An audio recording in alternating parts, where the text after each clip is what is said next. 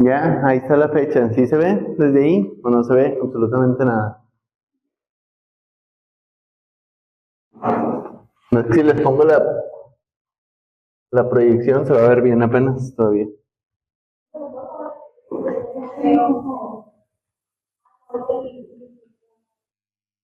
¿Al proyector?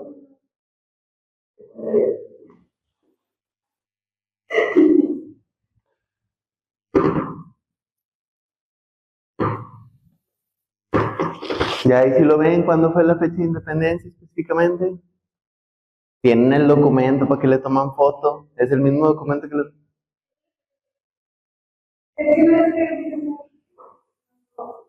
Bueno, ahí está, pues ya les habíamos dicho, 17 de septiembre de 1810. Ok, datos relevantes. ¿Cuándo se termina nuestra bendita independencia? El 27 de septiembre de 1821. ¿Cuánto tiempo pasó entre la primera fecha y la segunda? ¿Cuánto tiempo duró la independencia entonces? De 1810 a 1821, matemáticas básicas.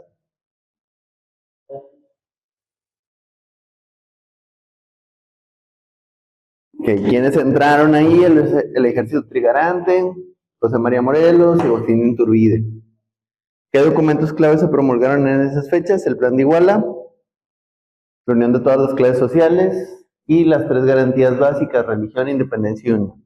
Fueron los primeros bosquejos de lo que sería una constitución como un Estado independiente.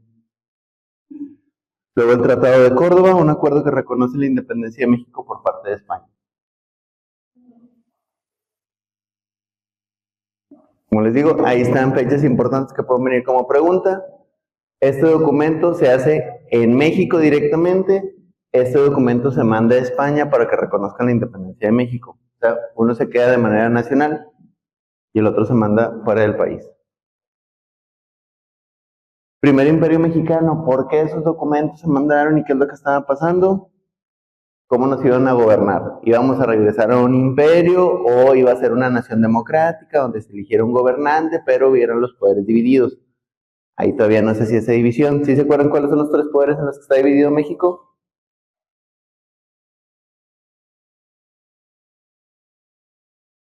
No me digan eso.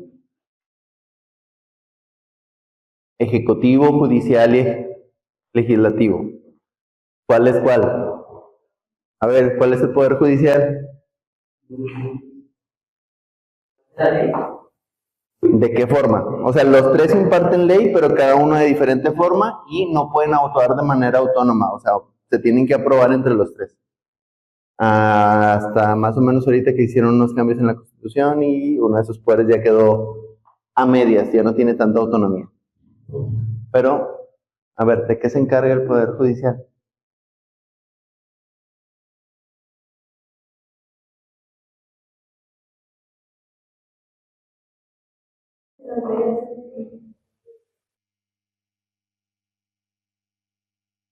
Si es de la justicia, pero ¿de qué forma?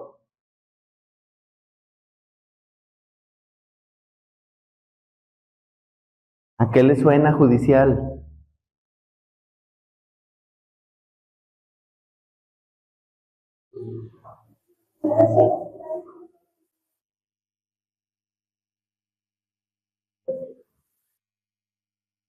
¿O sí? ¿A qué te suena judicial? ¿A qué? No escuché. ¿A qué le suena judicial? ¿Y qué son ellos? Agentes de ley, son policías, entonces el Poder Judicial se encarga de la impartición de la ley hacia el ciudadano y la protección. Poder Ejecutivo, ¿quién es? ¿Los qué? Hombre, mis chavos, ¿cómo andan así? Válgame, el señor. ¿No saben quién es el Ejecutivo? No, los tres se encargan de ordenar. Los tres se encargan de impartir ley, pero de diferente manera. Ya dijimos que el judicial es en que se encarga de la parte de la ley como tal, de hacerla cumplir, ¿de qué se encarga el Ejecutivo? ¿O quién es?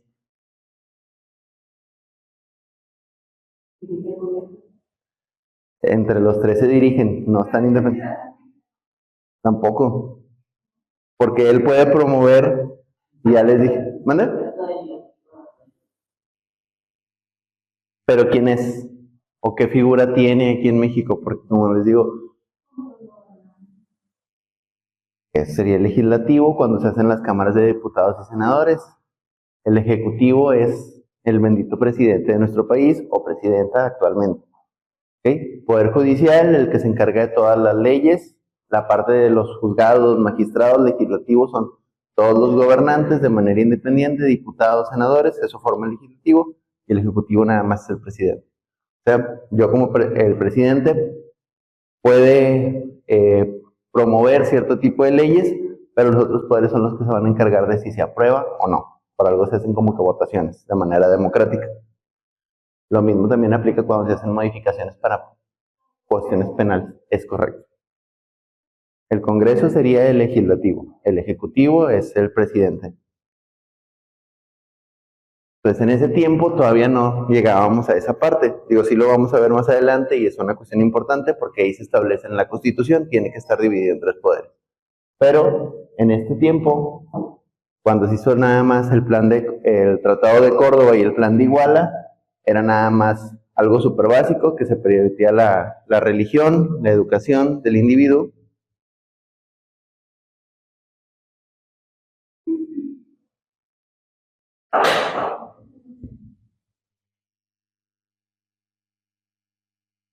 La independencia y la unión, o sea, se pueden congregar como personas para intentar promover leyes, sueldos, salarios, y ya no estuviera la cuestión de cómo se manejaba en el tiempo de la independencia, o antes de. Todos tuvieran los mismos derechos. En el 22, un añito después,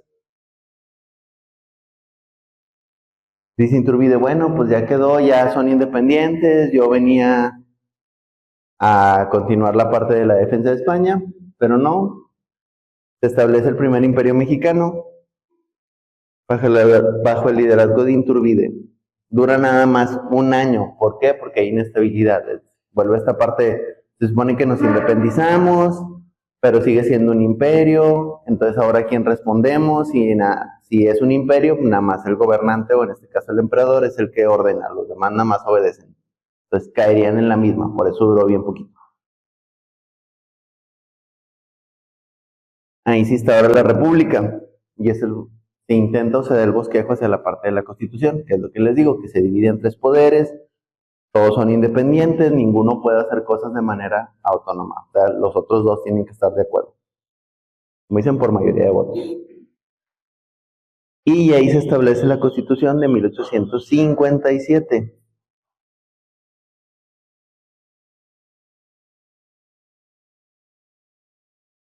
¿Qué es lo que busca? Reducir el poder de la Iglesia y el ejército, modernizar la sociedad, aumentar el progreso mediante la promoción de derechos individuales y la creación de un Estado laico, porque cuando era un imperio todavía la Iglesia tenía cierto voto sobre lo que se hacía.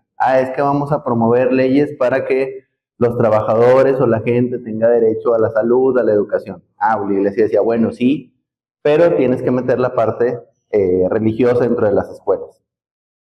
Y entra ahí esta parte de que sea laico, o sea, que no esté la cuestión religiosa dentro de esos entornos. Igual en la parte política. Bueno, votan todos los personas del pueblo, pero la iglesia va a tener más voto porque pues, somos la iglesia. Allí se inicia otro periodo por esas fechas que se llama la Cristiada, que eran guerras internas aquí en el país, pero eso no es tan importante. Bueno, no es tan relevante a nivel histórico en la cuestión de lo que van a presentar ustedes, pero sí hay una fecha que se llama Cristiada. No creo que venga en su examen.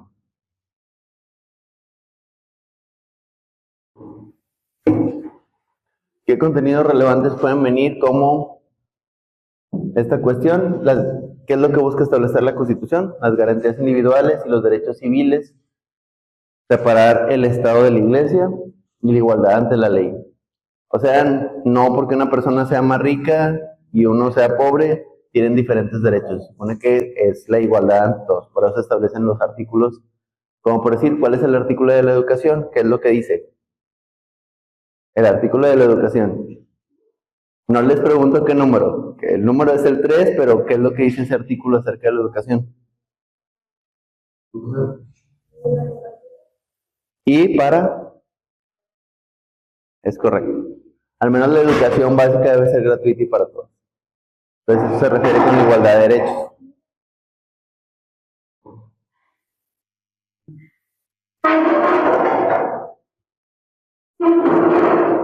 ¿Qué es lo que hace esa constitución? Sentar las bases para un modelo de Estado moderno, democrático, que también genera tensiones en sectores conservadores.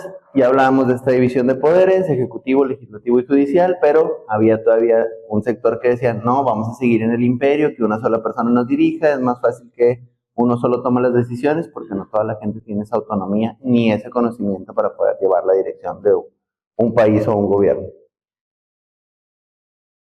¿Qué intervenciones tuvimos? Estados Unidos varias veces queriendo hacer invasiones para quedarse con ciertos terrenos, del 46 al 48. ¿Qué eventos pasan por ahí por esas fechas en las intervenciones de Estados Unidos?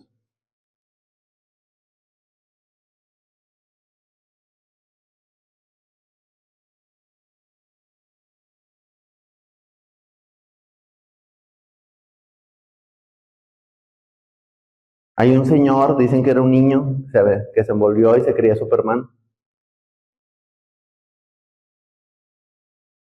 ¿Es en serio que tampoco se lo saben?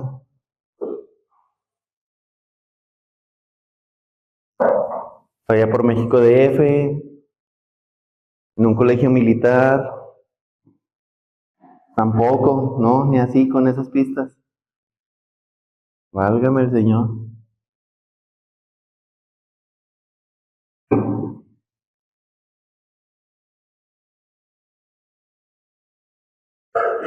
Como las fechas más importantes de estas intervenciones estadounidenses.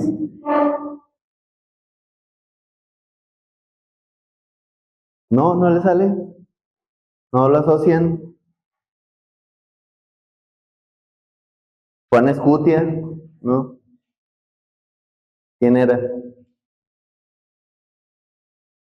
Sí que, ¿no?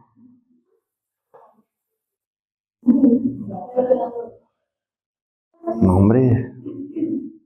Ok, fecha importante de estas guerras de intervención estadounidenses entre 1846 y 48, uno de ellos es el asalto al castillo de Chapultepec y la defensa de los niños héroes, que fue en 1847. Pudiese venir como pregunta de examen. ¿Qué año fue? 1847. Fecha exacta, a ver, ¿cuándo es? Ya les dije el año, ¿qué le tienen que poner ahí? A ver, defensa del castillo de Chapultepec o cuándo fue lo de los niños héroes, al Google. Hombre, mis chavos, andan bien lentos.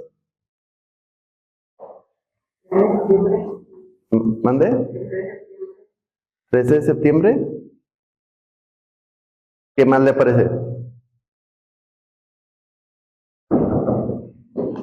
Acuérdense, no le cierren porque se atora la puerta. Pásale.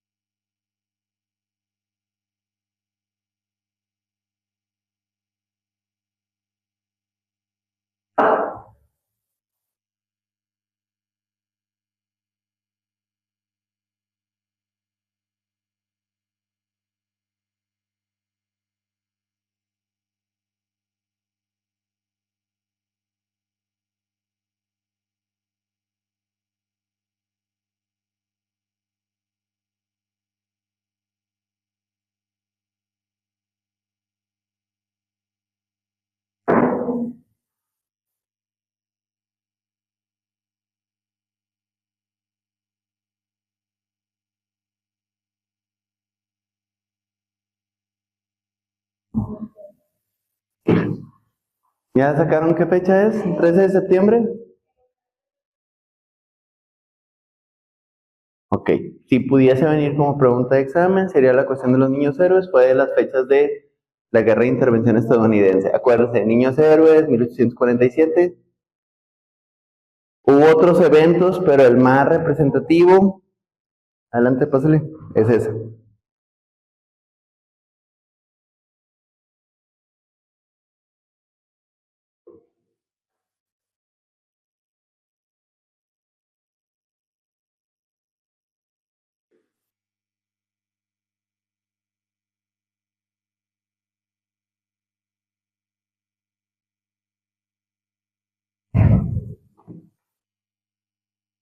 ¿Dudas hasta ahí? ¿En qué terminó todas esas intervenciones? Fueron varias intervenciones en Texas, pero como les digo, la más relevante fue la de los niños héroes. Porque ya habían invadido varias partes del territorio mexicano. Culminó en el Tratado de Guadalupe Hidalgo, mediante el que México pierde más de la mitad de ese territorio. ¿Qué perdimos ahí? California, Nuevo México y Arizona, y algunas partes de otros estados, no todas esas zonas. Pero lo más importante que puede venir como pregunta, o principalmente, California se perdió Nuevo México y se perdió Arizona. Texas lo perdimos hasta mucho después con Santa Ana. ¿Qué otras intervenciones? Porque no nada más Estados Unidos vino, también la intervención francesa y un segundo imperio mexicano. Napoleón dijo, bueno, ya perdimos parte de las colonias de Estados Unidos, ya no pudimos recuperar nada, vamos a México a ofrecerles ayuda, les vamos a mandar unos gobernantes, porque se ve que están muy... No se logran organizar entre ellos, apenas tienen una constitución, pero nadie le hacía caso en ese tiempo. Como les digo, había sectores que decían, es más fácil que venga un emperador, que venga un gobernante, que alguien nos diga qué hacer, porque aquí no nos podemos poner de acuerdo para poder poner un estado como lo estamos marcando en la constitución. ¿Qué dice Francia? Bueno, vamos a mandarles gente. Mandan a este señor, Maximiliano de Habsburgo, en 1864, para que se instaure el Segundo Imperio Mexicano. Sí tiene un periodo de gobernanza, algo mínimo, pero pues en el 67 la gente dice, oye, ya basta, otra vez estamos cayendo en lo mismo, nos están quitando derechos, sí está padre que ya haya cierta dirección, pero de nada nos sirvió que nos independizáramos, sí estamos volviendo a esa parte, porque este señor volvió a poner cosas de esclavitud, que hubiera otra vez el trabajo controlado, en los recursos nada más por de una manera, la educación nada más cierta gente podía alcanzarla, entonces la gente se volvió a rebelar. Y lo que nos habíamos quedado, don Porfirio Díaz, de 1876 a 1911. Casi 30 años de gobierno, de manera ininterrumpida. Fuera de muchas cosas que hizo y todo el tiempo que duró porque no permitía que otra gente entrara al gobierno, fue donde el mayor tuvo avance México a nivel económico. Eso sí, no podías opinar en contra de su gobierno. De hecho, fechas importantes de ahí está lo del baile de los 41.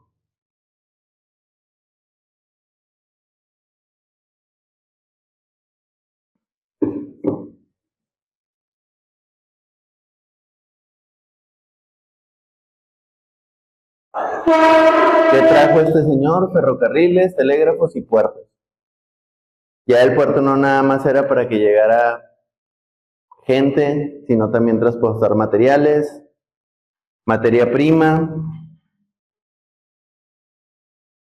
¿Qué puertos más importantes hubiera en ese tiempo? Lo que es el puerto de Veracruz.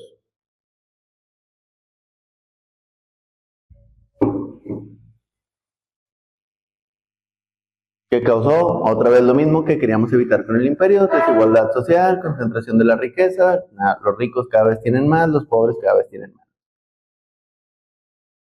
Todos los movimientos obreros fueron reprimidos, esta parte de los sindicatos o la parte de que se independizaran y todo estuviera controlado de manera autónoma.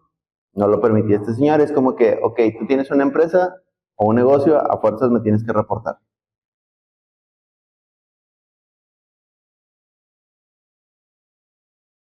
Otra vez, ¿quiénes fueron los que promovieron la Revolución Mexicana? Gente que tenía un poquito más de estatus y poder y recursos económicos para que hiciera este movimiento separatista. 100 años después de nuestra independencia, entra la Revolución en 1910, termina en 1920.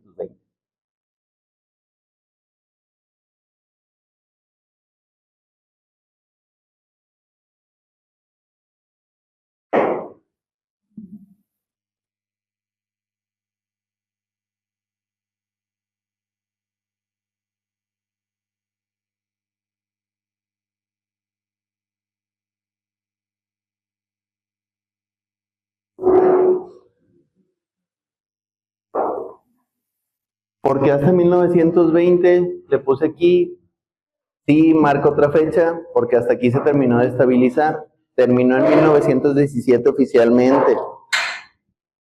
¿Qué fecha?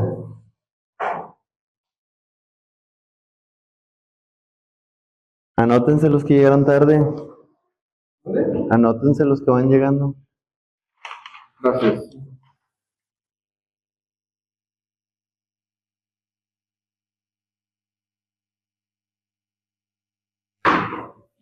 Allá hacia atrás no sé quién falte. Okay.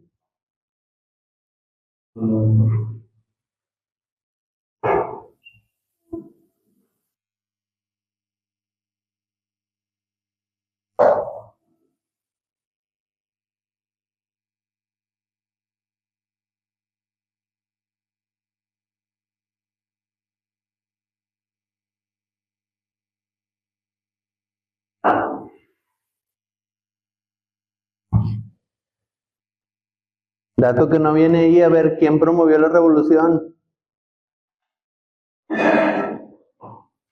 Sí, fue en 1910. Y sí, Zapata y Villa fueron algunos de ellos.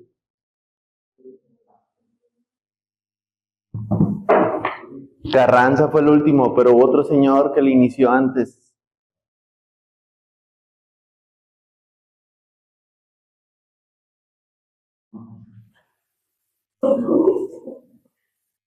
Ah, chicos, les puse los datos ahí para que tuvieran esa referencia. ¿Quién, quiénes la iniciaron o quién fue el principal para iniciar la revolución? Hubo un personaje que fue el que movió todos los hilos desde la...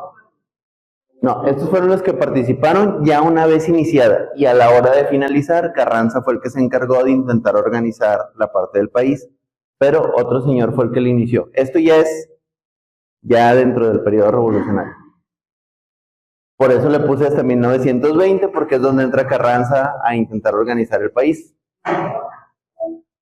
Francisco y Madero fue la persona que inició el movimiento, así como Miguel Hidalgo y Costilla, que dio el grito de Dolores, junto con los conspiradores de José Ortiz.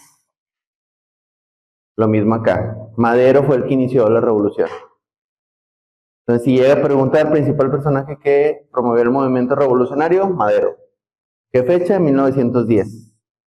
¿Cuándo inició? ¿Qué día de noviembre? 20 de noviembre de 1910. Entonces, si quedamos que la independencia fue el 16 de septiembre de qué año? Si son 100 años de diferencia. A 1910 le quito 100, ¿cuánto me queda?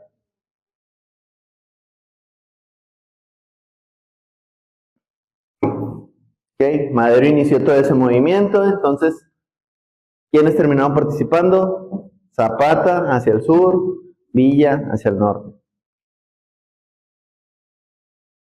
Digo, entre comillas, Villa, pero allá anduvo el señor. Realmente quien anduvo ahí detrás de Villa fue otro señor que se llama Pascual Orozco, pero no tiene tanto reconocimiento. Puede que venga como pregunta o puede que me venga en una opción. ¿Por qué Villa se le consideró el líder del norte, pero el que empezó el movimiento en esa zona y el que traía la parte sí revolucionaria era Pascual Orozco en Chihuahua? Si le buscan así en los libros de historia, viene como Pascual Orozco. A este señor también se le reconocía, pero no tanto.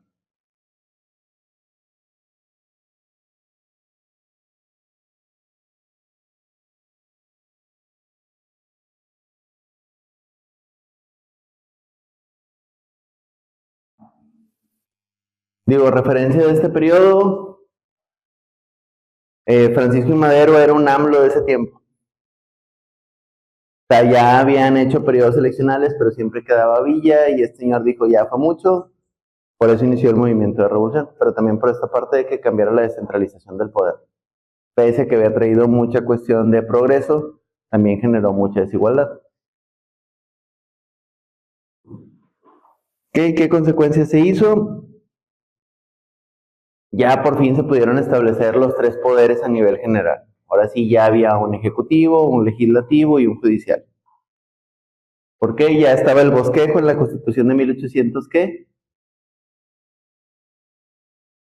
Fue nuestra primera Constitución, de 1800, ¿qué? La nueva y la vigente que tenemos es la que está ahí, pero ahorita les había puesto una previa. ¿De qué año fue? Algunos hasta le tomaron foto, y eso que el documento lo tienen en el WhatsApp.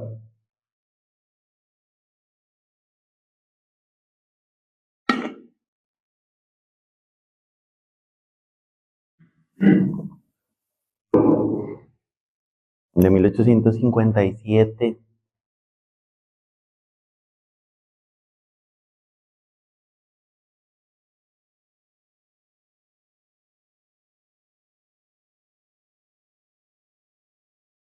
Ahí está la fecha.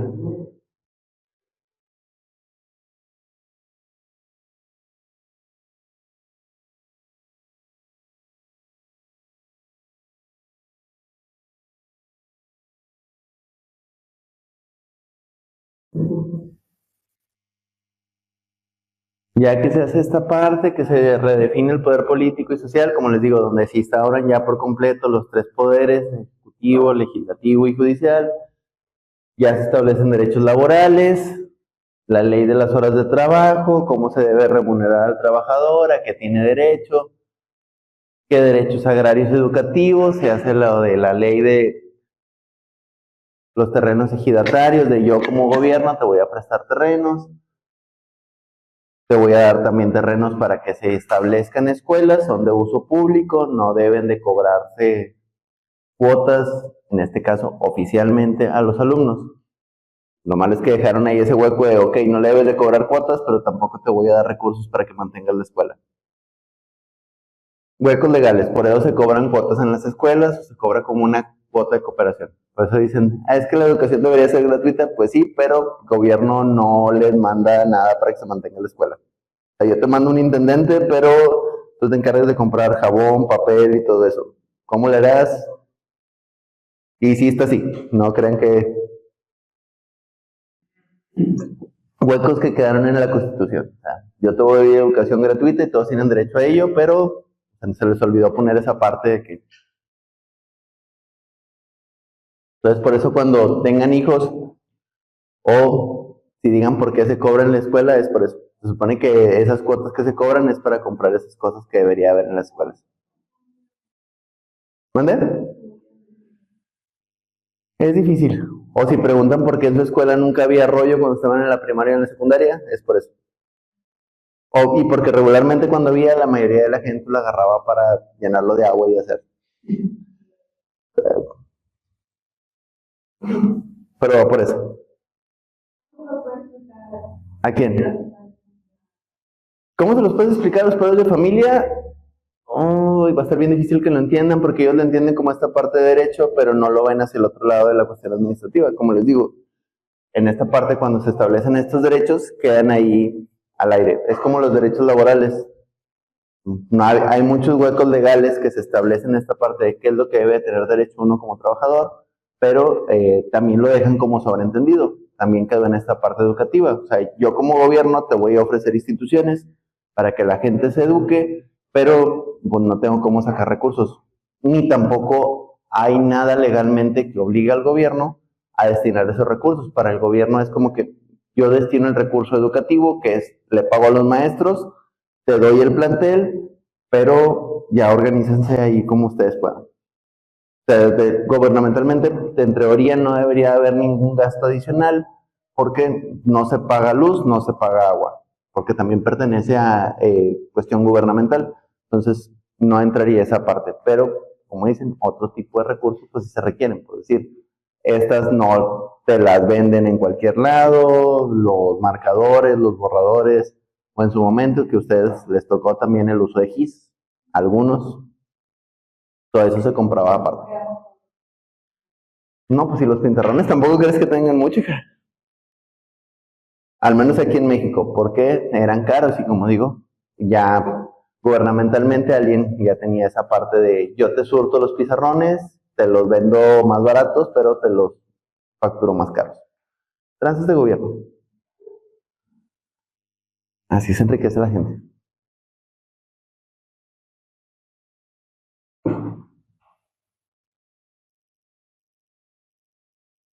Okay. ¿Cómo se lo explicas a los padres de familia? Va a estar bien difícil porque entra en esta parte de entender la cuestión más allá de la cuestión política. Porque, como les digo, muchos entendemos nada más esta parte de las leyes que van hacia un lado y no es lo mismo los derechos que las obligaciones o lo que quisieras tener.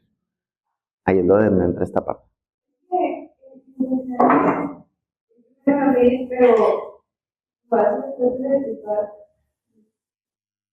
Es lo mismo cuando te detienen en un retén, que se supone que muchos argumentan de que es que no me puedes parar porque no es legal. Pues no, no es legal, entre comillas, pero pues tampoco te vas a poner al tú por tú con una figura de autoridad que si te lo toma o lo interpreta como tú te estás poniendo al tú por tú, pues te puede detener.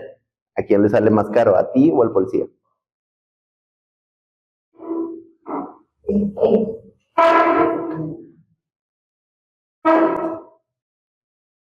Okay. Por esto les decía que se terminó oficialmente en 1920 cuando ya se consolidó un Estado mexicano. Como les digo, ya se establece una cuestión legislativa, ya se definen los estados de manera de que cada quien va a tener un gobierno autoritario, bueno, un gobierno interno que va a responder a un gobierno general. Por eso les hablaba de esta división de poderes.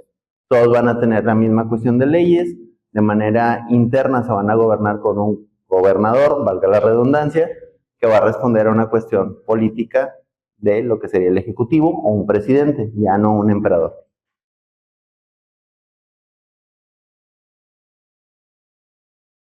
Implementa las reformas agrarias y la nacionalización de recursos. Si está aquí en México, es de México. ¿Quieres usarlo? Me tienes que pagar un derecho de piso, por así decirlo. Como lo pasó en la cuestión de el petróleo. En esa nacionalización de recursos entra un señor que dijo, a ver, el petróleo está aquí en México, exprópiese.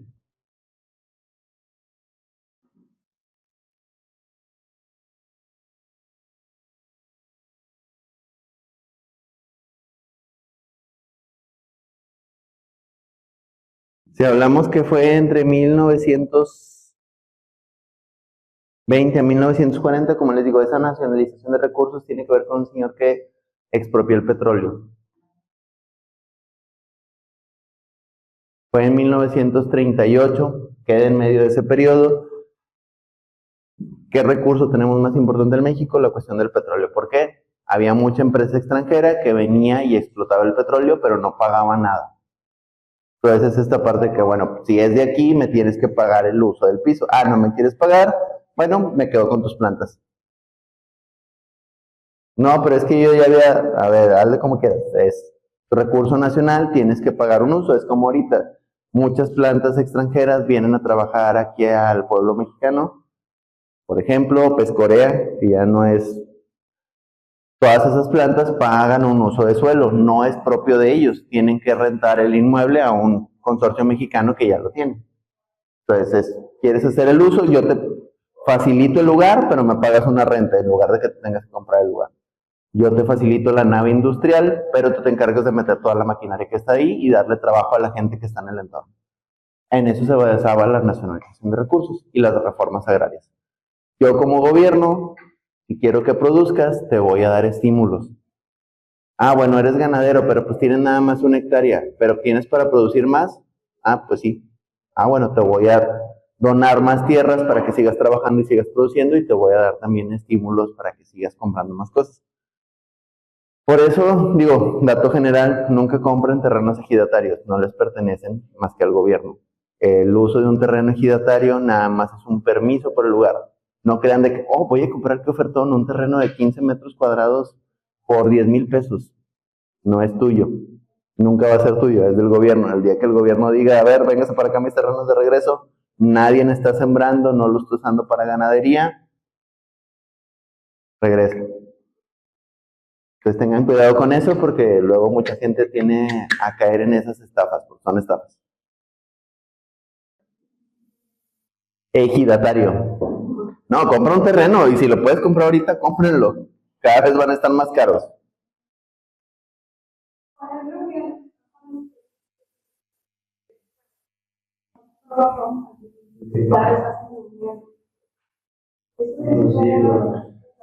Para ver qué es lo que están produciendo, porque se supone que si es un terreno ejidatario, tú tienes que estar produciendo algo ahí. Entonces, por eso mucha gente cuando compra estos terrenos, termina poniendo árboles de frutos.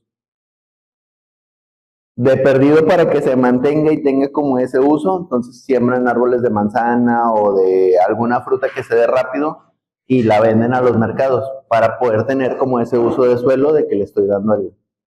Pero entran en este tipo de reformas agrarias. Para eso son esas reuniones. ¿Por qué? Porque ellos tienen que justificar. Ah, por eso muchos terrenitos que son ejidatarios tienen árboles de limones. Por eso es como que la excusa de que en la junta, a ver, tú me tienes que poner tantos árboles de tal fruto para justificar el uso ejidatario de la zona. ¿Mande? Jamás, porque es de uso gubernamental. Entonces, la única manera es que el gobierno te lo venda. Entonces, es como por decir, yo compro este terreno, pero yo se lo rento a la escuela. Entonces la escuela me tiene que pagar a mí una renta, pero la escuela dice, ah, bueno, pues este terreno está bien grande, yo acá atrás voy a construir unos departamentos y voy a rentar y lo voy a sacar más dinero. Si yo me doy cuenta, yo te voy a decir, espérame, yo te lo estoy rentando para uso de escuela, porque lo estás haciendo para uso de departamentos, le estás dando un uso que no es adecuado, regrésame a mi lugar. Entonces, por eso nunca te haces dueño, porque le está rentando al gobierno un terreno. Tienen esas cuestiones. Pero pues como digo, mexicano siempre le busca la manera de sacarle el provecho.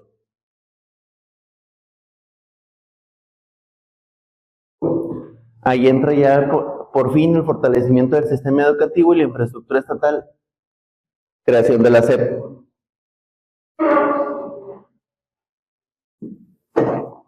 Entre esas fechas.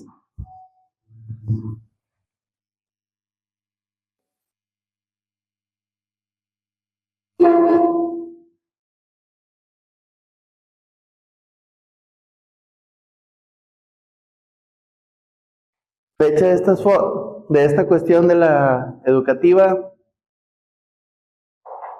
un año después, 1921, se da esta cuestión del fortalecimiento de la cuestión educativa aquí en México, o sea, se crea la Secretaría de Educación Pública. En 1921. ¿Qué fecha exacta? La verdad no me acuerdo. Si a alguien le aparece ahí en San Google, le pone. Puede que venga como pregunta de examen, ¿cuándo se creó o cuándo se instituyó la Secretaría de Educación Pública en 1920? Fecha exacta, como les digo, la verdad ahí sí les quedó bien mal.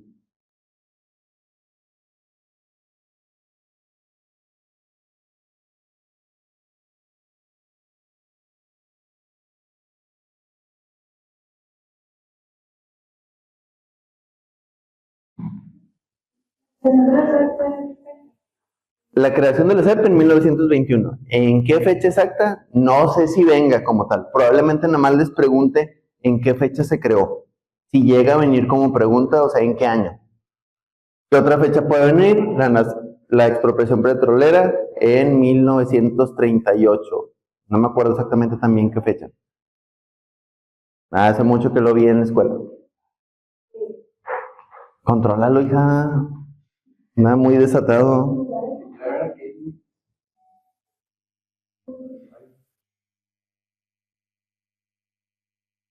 No, hombre. ¿Quién supone que es más grande? No, hombre, mi chavo. Esa compostura. ¿Cuántos años tienes, se supone? Sí, digo se supone porque pues, no.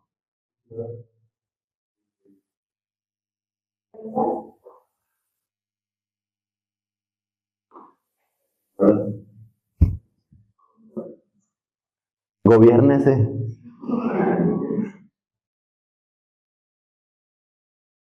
Ok, luego pasamos ya a otro periodo de 1940 a 1970 y entramos a la modernización de la industria. Ya entra la parte de, se le llama el milagro mexicano porque es donde ya nos industrializamos. Ya entra esta parte de, ok, puedo producir más cosas, no nada más soy un país de agricultura, no nada más soy un país que produce petróleo, sino también entra la parte industrial.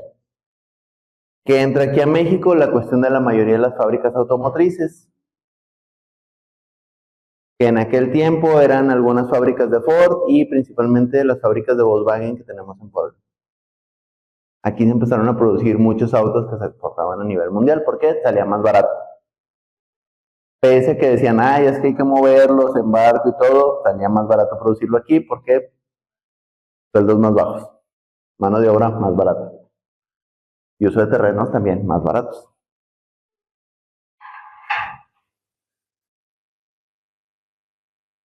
Ok, se expande la cuestión urbana, se desarrollan sectores de manufactura, las textileras. ¿Saben dónde se ubican la mayoría de las textileras? Tijuana. La mayoría de la industria textil aquí en México que se encarga de la creación de telas está en Tijuana. O sea, la mayoría de la ropa que se produce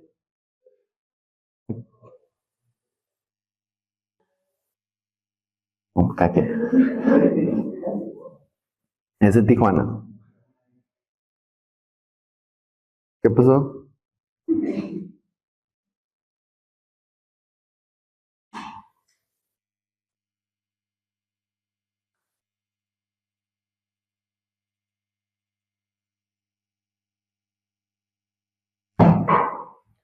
Aquí también en ya no utilizábamos telégrafo, es donde se crea también la telefonía o llega la telefonía aquí en México.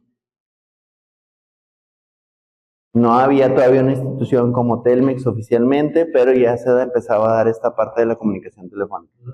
Pásenle.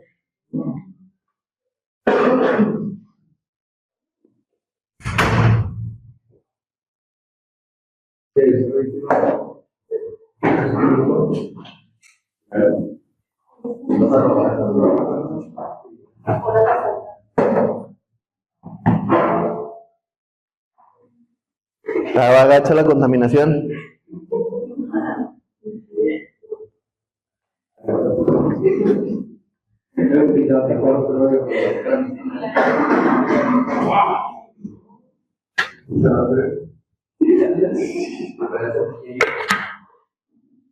¿Por el color o qué? No, pregunto, pues anda con negro. Digo, yo también estoy moreno, no, yo no estoy diciendo que estoy güero.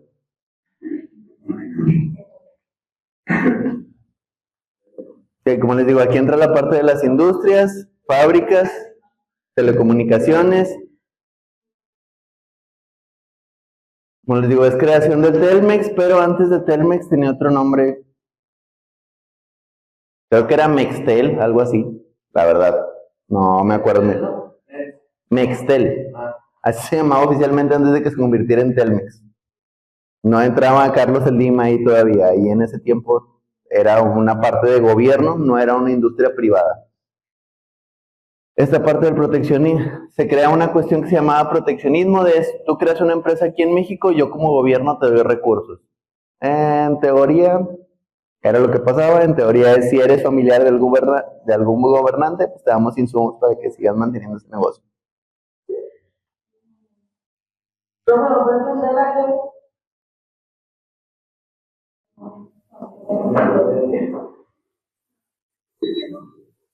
¿Se supone que está prendido?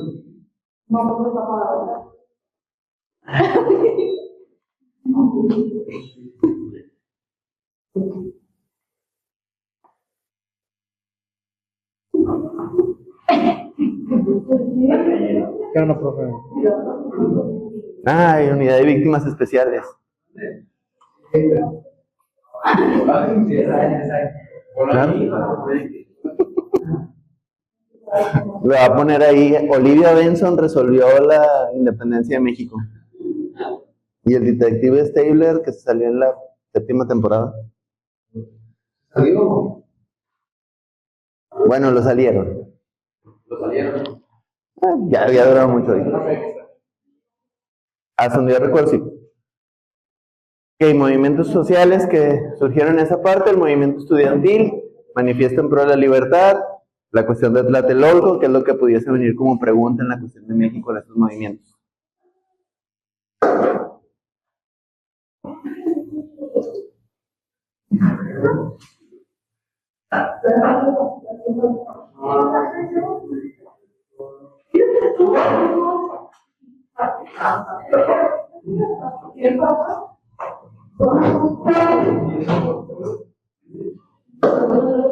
Va, ¿qué otra cuestión tuvimos ahí? Transición democrática. Ya pasamos de un sistema dominado por el PRI durante muchos años.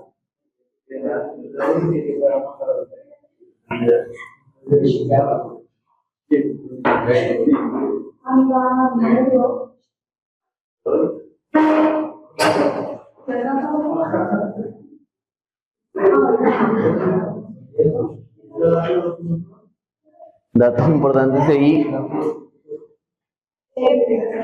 Tratados comerciales, el TECAN del 94 y luego ya la evolución al USCAM hasta el 20. Son los tratados de libre comercio. No nos vayamos tan lejos. Parte de la transición política de ahí de México. ¿Qué cambios hubo? Como les digo, la transición de el PRI a la alternancia política. PAN y regresábamos al PRI y luego a Morena.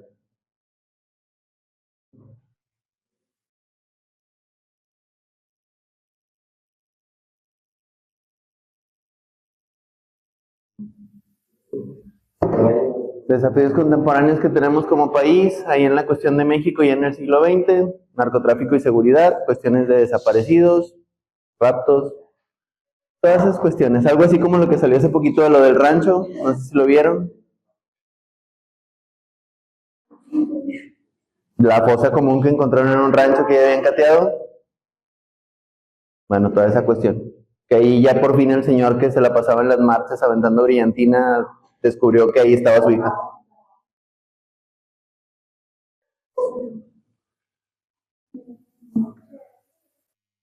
Pero a raíz de eso,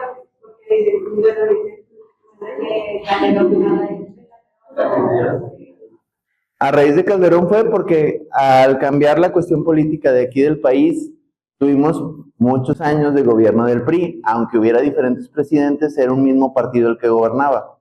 Entonces, a final de cuentas, los tratados se mantenían, cambia la cuestión política y estos señores, financiados por el mismo gobierno, cambia esta parte de, bueno, entra otro político impulsado y financiado por otro tipo de gente de ese mismo sector, se pelean las plazas, por eso se mueve esta parte. Entonces, cuando entra el PAN, no tenía los mismos contactos del PRI, los que estaban con ellos no tenían ese mismo control y por lo tanto se genera esta guerra interna. Por eso dicen que es en la cuestión de Calderón, por eso empezó desde que entró el PAN, desde que entró Vicente Fox. Son cuestiones políticas que ya estaban ahí. O sea, la mayoría, siempre que digan que el narcotráfico es un problema externo, siempre ha estado, no, nada más que no era tan visible. O sea, volvemos a lo mismo, en la cuestión del PRI también siempre estuvo, nada más que pues, estaba, el mismo gobierno lo decía. O sea, si alguien tiene algún conocido que trabaja en la policía, sabe que de repente tienen sus reuniones con esta gente. Tienen sus juntas semanales. O sea, no está despegada una cuestión de otra.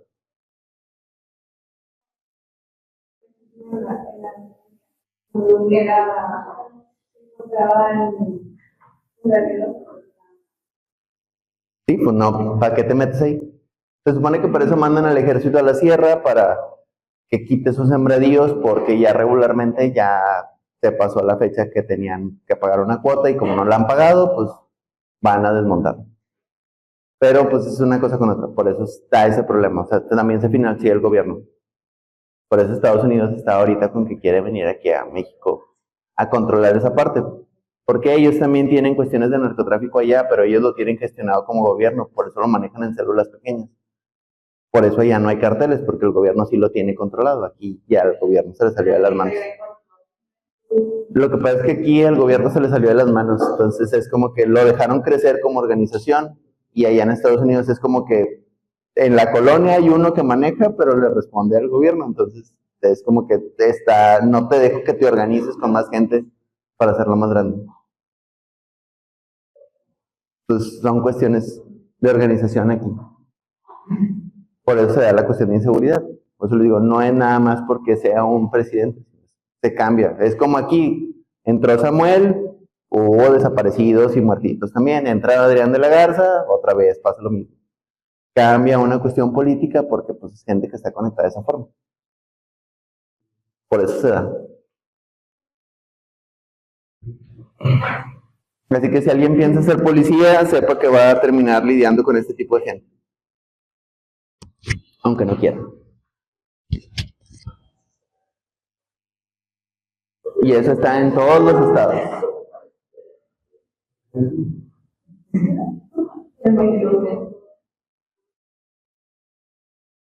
Bueno, ¿qué otros datos pasaron en esas fechas? Aparte de esta cuestión de gobernabilidad, pobreza y migración, que siempre tenemos, situaciones difíciles aquí, me es más fácil moverme a un lugar donde genere más recursos o más ingresos. Esta cuestión de migración también se puede dar de manera interna.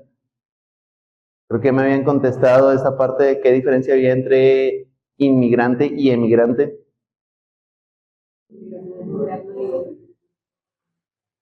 ¿A dónde regularmente nos vamos cuando emigramos? Digo, es más fácil que te den visa europea, ¿verdad? Pero nos encanta ir a creer que allá está más fácil. Digo, tampoco Europa está tan fácil, pero es más fácil que te den permiso y visa de trabajo allá. Te sale lo mismo, te vas a gastar... Yo ya fui. ¿Claro? ¿Ya trabajé? ¿No? La vida es como la entrada de México. ¿En dónde? Es que depende de dónde vayas, pero es lo mismo, es como si fueras a Estados Unidos porque todo se mueve con euros, entonces te pagan igual en euros.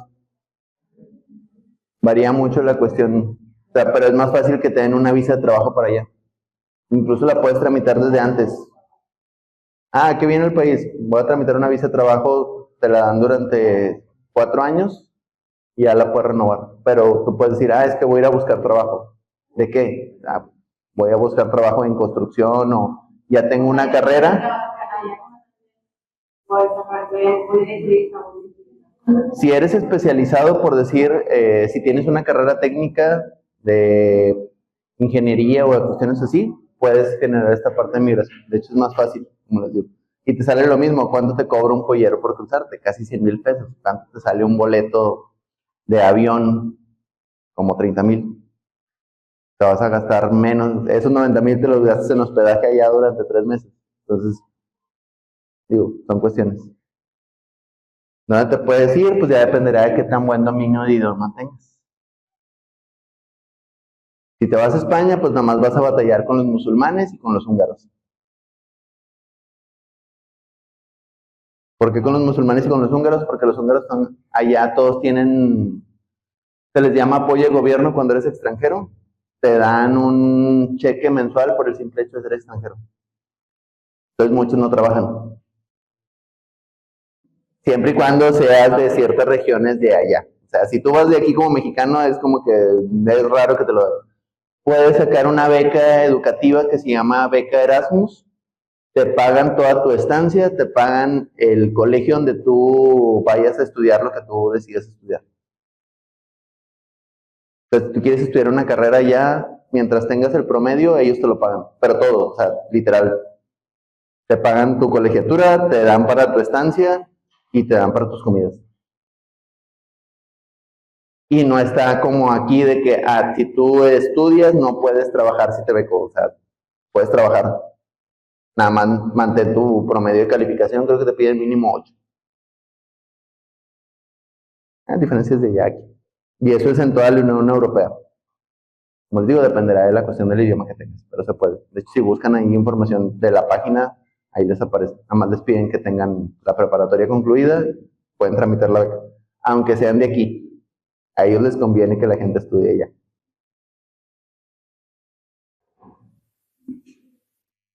Pues les digo, cuestiones de migraciones, siempre nos vamos a Estados Unidos a estar batallando con que nos deporten. Allá curiosamente es más fácil que te den el pasaporte, pero la gente tiene mucha idiosincrasia de que, es Estados Unidos, está más chido.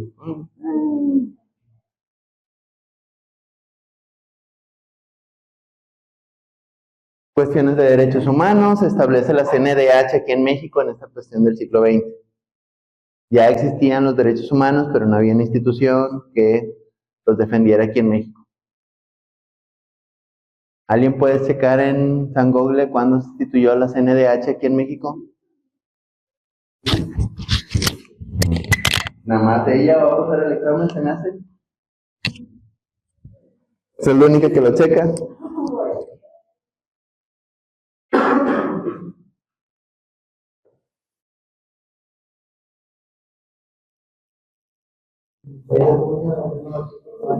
Es correcto.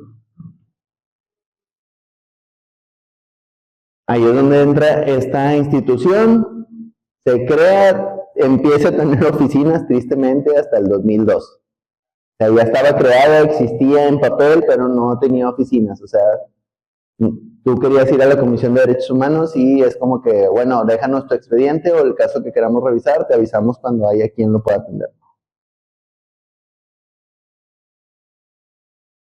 Consejos para el examen de esta parte. 1810, grito de Dolores, inicio de la independencia de México. Regularmente viene para este tipo de exámenes, son puras preguntas de opción múltiple. ¿Qué puede venir? Fechas o nombres. ¿Okay? Figuras importantes de la revolución y de la independencia. Fechas, que tendría que ser lo más comúncito. Fecha en la que se celebró la primera Constitución de México. 1857. Intervenciones de Estados Unidos, de 1846 al 48. Intervención francesa, del 62 al 67. Batalla de Puebla, Castillo de Chapultepec, que pueden ser las más representativas.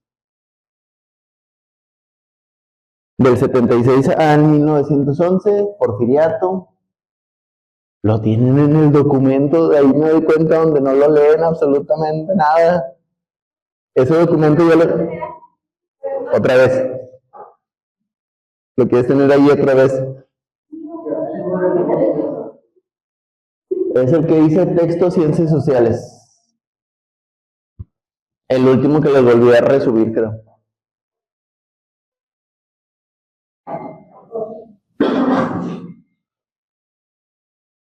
Ok, cuestión del porfiriato, que habíamos dicho. ¿Quiénes intervinieron en el porfiriato? Iniciador, Francisco I. Madero. ¿Quiénes participaron o quiénes se encargaron más allá de esa parte o de seguir el movimiento de revolución? En el sur, Zapata. En el norte, Pancho Villa. Pascual Orozco en el caso de Chihuahua. ¿Quién se encargó a la hora de que se concluyera esta parte, de terminar, de darle la organización al país, que se instituyera ya los pasos para la siguiente constitución? Carranza. Se me pasó. En el caso de la independencia, ¿quiénes dijimos que fueron los iniciadores?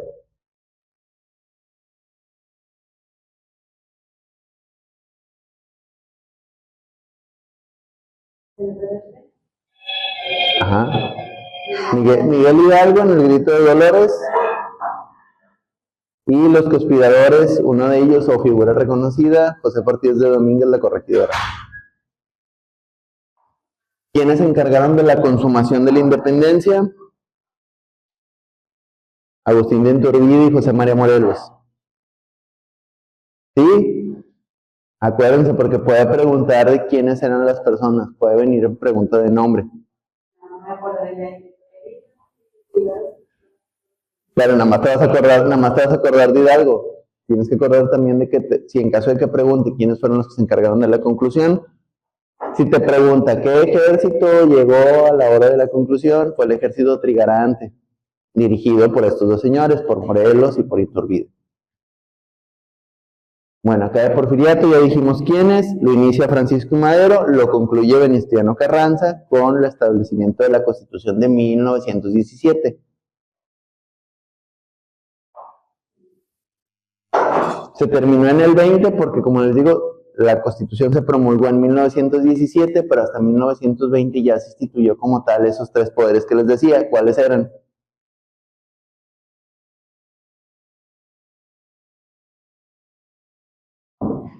¿En qué poderes está dividido México?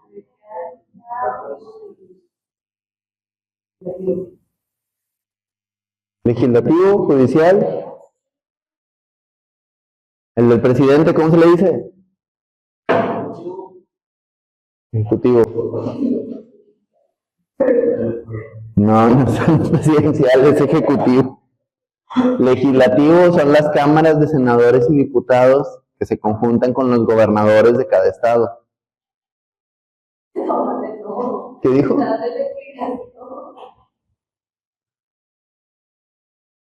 Ok, ¿qué cambios hubo después? Transición democrática, elección de Vicente Fox, entrada del PAN.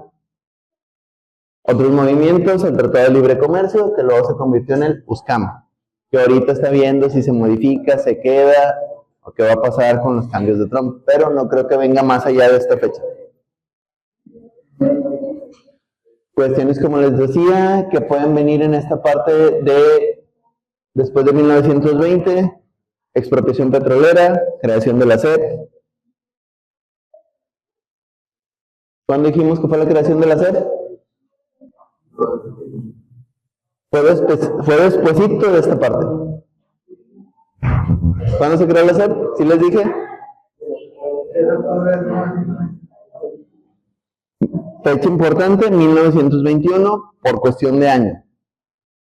Ya acá el compañero encontró en día y mes, que dijiste que fue el 3 de septiembre.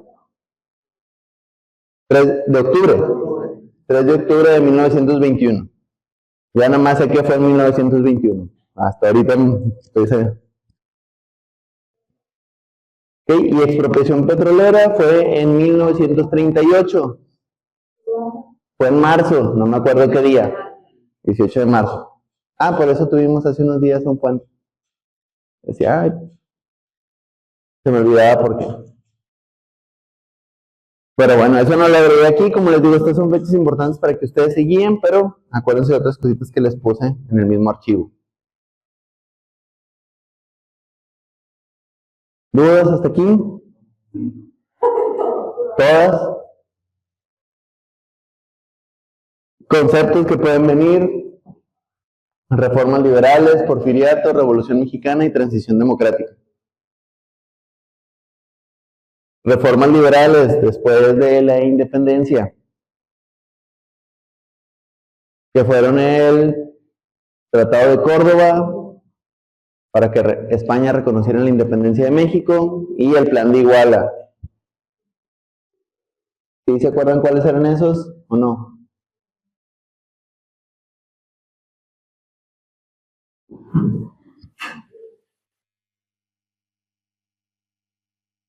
De tarea.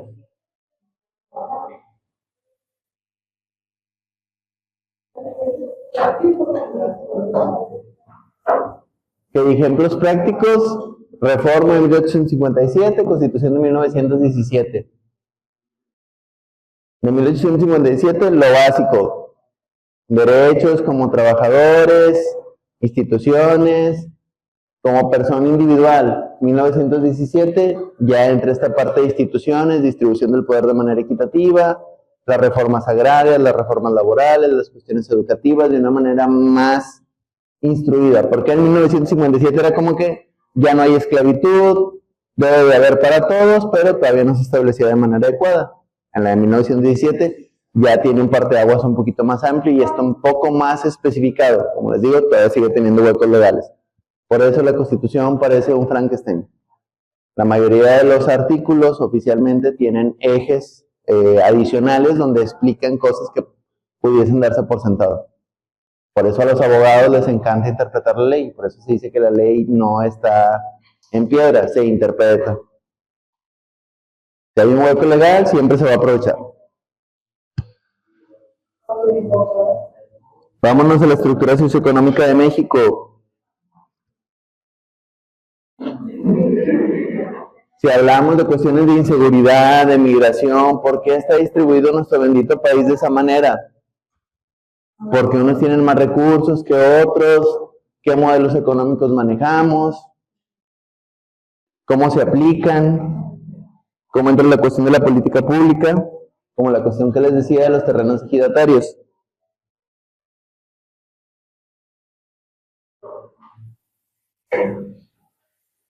Sectores económicos que tenemos. ¿O qué es lo productivo? Sector primario, toda la extracción de recursos naturales. ¿Qué está basado? Cuestión petrolera, agricultura, ganadería, pesca y minería. Pesca, ¿qué puertos se encargan de la pesca aquí en México? Sí, porque si nos vamos a Querétaro no tiene nada que ver con la cuestión de pesca. Querétaro es más una cuestión industrial. Ahí llegan todos los contenedores de automotriz. Cada puerto tiene su sector aquí en México. Como dicen, Veracruz también tiene cuestiones automotrices y hay refinerías cerca de esa zona, pero va más hacia la pesca.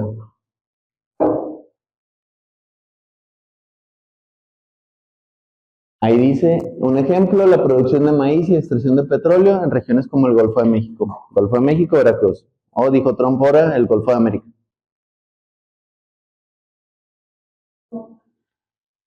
Que a ver, ¿qué producimos en cada zona en este sector primario? ¿Dónde se produce el agave? Es otra de nuestras industrias. ¿Sí? O sea, se produce aquí, que hayan venido muchos gringos a decir, ahora voy a producir un mezcal artesanal. Jalisco se encarga de la cuestión del agave. La producción de uva, ¿dónde está? Aquí en Nuevo León, ¿qué tenemos en producción agrícola?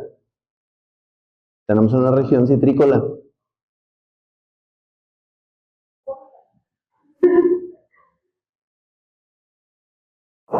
¿No saben cuál tenemos aquí? Produce naranja aquí.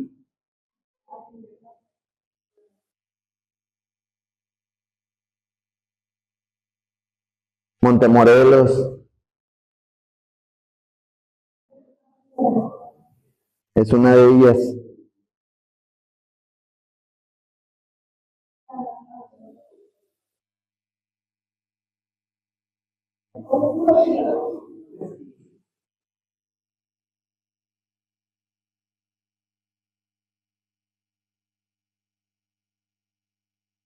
No nada más es naranja, también entra toda esta parte de limón y todo el... Pero regularmente es Montemorelos, Linares, Allende, son la mayoría de los municipios que se encargan de esa producción. Entonces, por zonas tenemos ese tipo de cuestiones. En cuanto a la cuestión del sector primario. Aquí en Nuevo León también tenemos esa producción, a ver si no se nos va al garete con la cuestión de la contaminación actual que tenemos. Bueno, es que con ustedes no he visto lo de química, pero el suelo tiene que tener ciertas propiedades para que se dé cierto tipo de cultivos. Entonces, la contaminación tampoco ayuda mucho. Y bueno, el sector secundario, la transformación de materias primas en productos elaborados, industria manufacturera y la construcción. Que también tenemos aquí, menos la manufacturera, aquí no tenemos industria textil.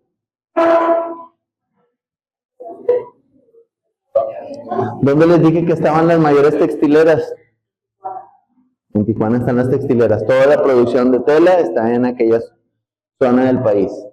La industria automotriz, aquí tenemos una parte de cierto tipo de automotrices. La mayoría son coreanas.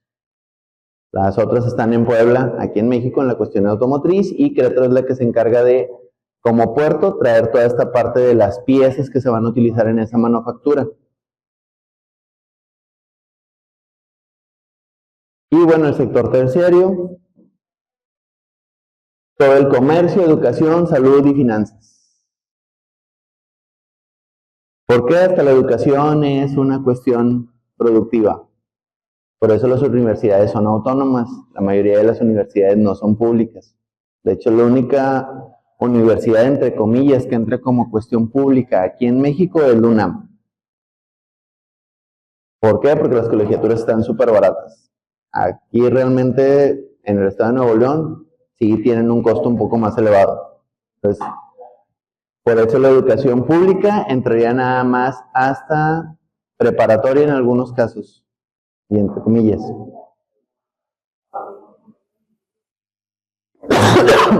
Sector salud, también no nos vayamos. ¿Quieres atención de calidad? El IMSS, el ISSSTE, el ISSSTE-León, no te sirven. Te dan atención médica, pero no sirven. De hecho, nuestro sistema de salud, si no fuera por las simiconsultas, ya estuviera colapsado. Aunque mucha gente se queje de que diga que no es un salario digno para los doctores.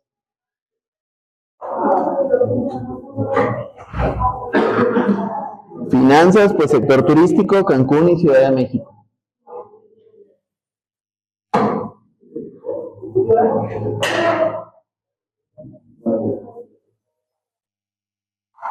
Modelos económicos por los que transitamos.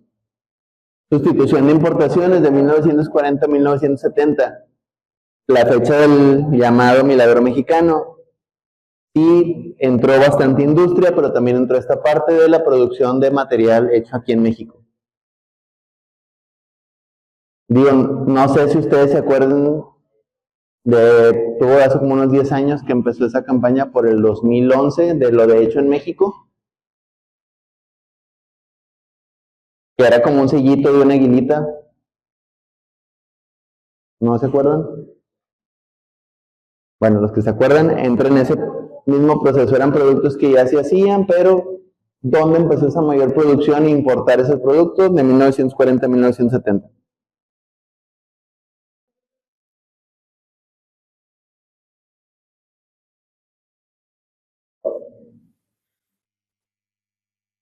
Yo produzco cosas como petróleo, creo la CFE, agua y drenaje, gas natural. En aquel tiempo que se controlaba por la CFE, antes de que se privatizara como Gas Natural México, entra toda esa parte. Ya no sí está bien que venga el extranjero, pero yo también aquí produzco material. Por eso nuestro expresidente AMLO estaba muy terco con esta parte de poner refinerías, porque tenemos la infraestructura, pero no se utilizaba.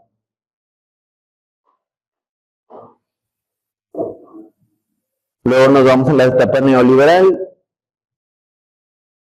Se abre la economía a que ya otra vez vuelvan a entrar cosas extranjeras. O sea, ya producimos, pero para que haya libre mercado y no haya tanta inflación aquí en México, también lo que se produce aquí y lo que podemos importar. Ya la gente decide con cuál es lo que quiere comprar.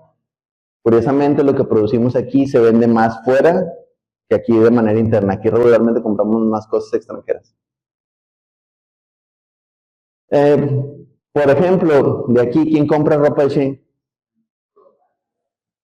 ¿Quién compra ropa de Cuidado con el Perro?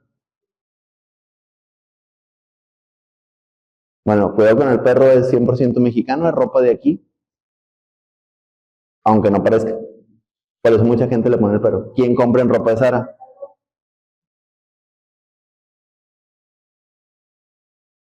Nadie compra en Zara.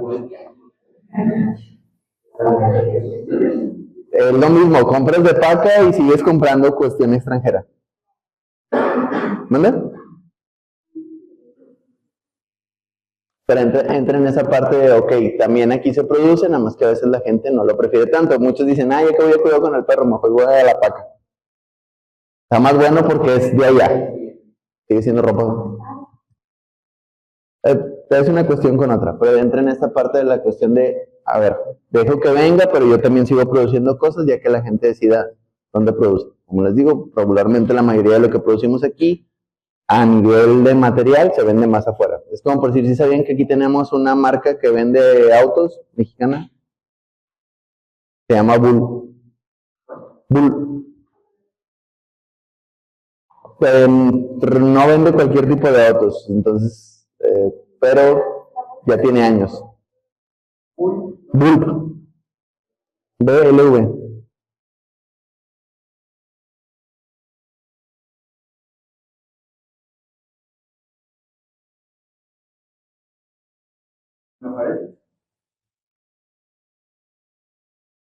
Ponle BUHL.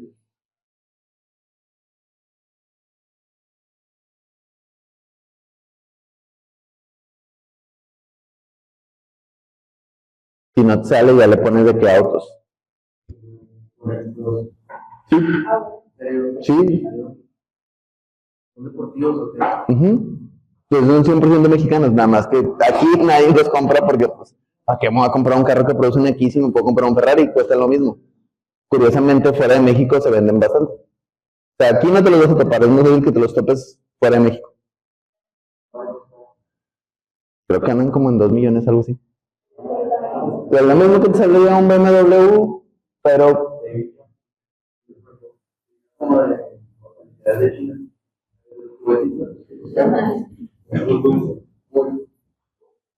BUHL.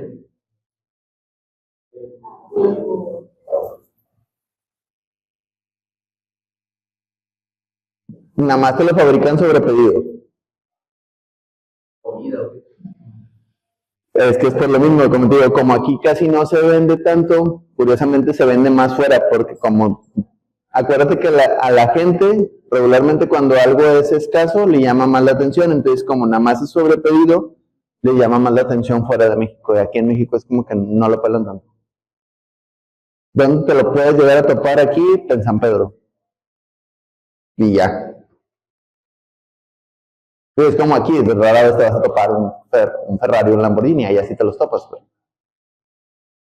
También porque allá están las distribuidoras. Pero entra también esa parte de qué es lo que se produce, cómo lo producimos y cómo sale a mercado. Sí. Adelante, ahí vamos. Está. Adelante. Ya andamos cerrando.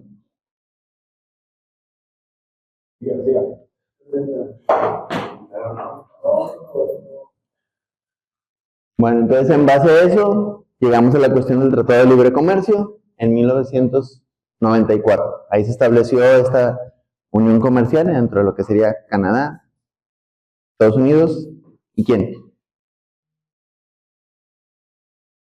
O dígalo en voz alta, no le piense. ¿Qué ha implicado esto? ¿Manda? Canadá, México y Estados Unidos. ¿Sí? Entre esta parte que al menos entre ellos no se cobraran impuestos tan altos para que pudieran tener un comercio más saludable y esto ayudara a que no se generara inflación en el país. Pero en esta cuestión gubernamental, que ahorita, como les digo, ha cambiado políticamente. Entonces ahí desde esa parte es lo que permitió también que crearan nuevos productos. Como les digo, hay muchos productos que se crean aquí en México, pero regularmente no son tan conocidos. Y bueno, de ahí entra el USCAM, tiene una pronunciación algo rara, es el mismo tratado, es una modernización y se adapta a las nuevas realidades económicas y tecnológicas. Ya no nada más es la parte de yo te proveo material, tú me provees recursos o ya recursos procesados, sino también a ver qué tecnología tienes. Por ahí entró la parte de la fibra óptica, la red 5G, la parte de la actualización tecnológica, el uso de cierto tipo de tecnologías para el entorno. Por decir una de estas cosas, el uso de la IA también ahí en esta parte. Digo, probablemente no venga en la cuestión de examen, pero sí venga hasta la cuestión de el uso de fibra óptica, la cuestión del internet. ¿Alguien sabe cuándo nos llegó aquí el internet aquí en México?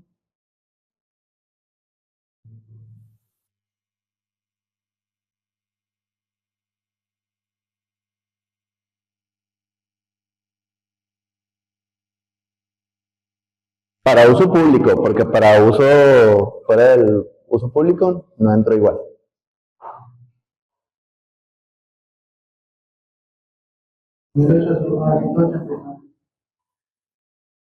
En México, al sector gubernamental llegó en el 89. Aquí, al sector público oficial, nos llegó hasta el 94, cuando curiosamente también entra el Tratado de Libre Comercio. En el 94, para uso público. Se me hace que a ustedes no les tocó, a lo mejor el IC sí, cuando eran los disquitos de América Online para navegar por internet, que tenías que conectar la computadora con un cablecito y que nadie marcara porque se cortaba la conexión a internet. Me tocó justamente en el 89 en un curso de TEC de Monterrey. Que hacía un ruido. Parecía que estabas prendiendo un carro. Y en ese tiempo, como les digo, como dice el IC, era nada más escuelas, gobierno, para sector público era rarísimo que alguien lo pudiera costear porque era caro. No cualquiera tenía ese acceso. Por eso les digo, hasta el 94 entró a la cuestión pública y aún así no todavía mucha gente podía tener acceso a esta parte. Pero como dice, antes prendías tu computadora y para navegar parecía que estabas prendiendo una turbina. Todavía hasta el 90. En mi oficina la punto internet desde el 94. También era aburrida con el modelo. Parecía que había aprendido, como digo, una turbina, se veía como, y que nadie marcara, porque aunque hubiera líneas independientes, se cortaba toda esa parte. Entonces, a partir de esta parte, de estos tratados, entró la parte de poder importar, poder exportar, abrir el comercio, llevar más cosas, materiales de aquí de México, y como les digo, ejemplos de cosas actuales, está, como les digo, la marca de producción de ropa de cuidado con el perro, que mucha gente le saca esa parte. Les decía esta cuestión de la producción de autos de esta compañía que se llama Bull, que regularmente, como les digo, no se conoce, pero también se produce aquí en México. Bueno, ¿dudas hasta aquí de esta cuestión económica? Entonces dijimos, sector primario, era la producción agrícola. ¿Qué más? Eran 3 niveles de producción económica. Minería. Y en el sector secundario, ¿qué teníamos?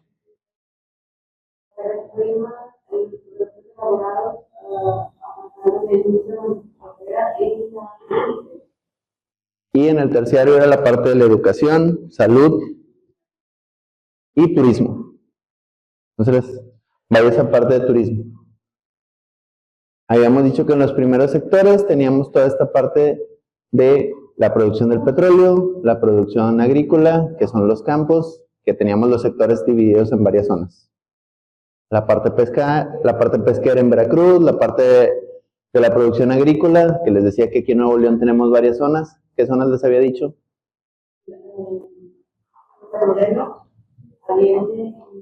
Linares, la cuestión citrícola.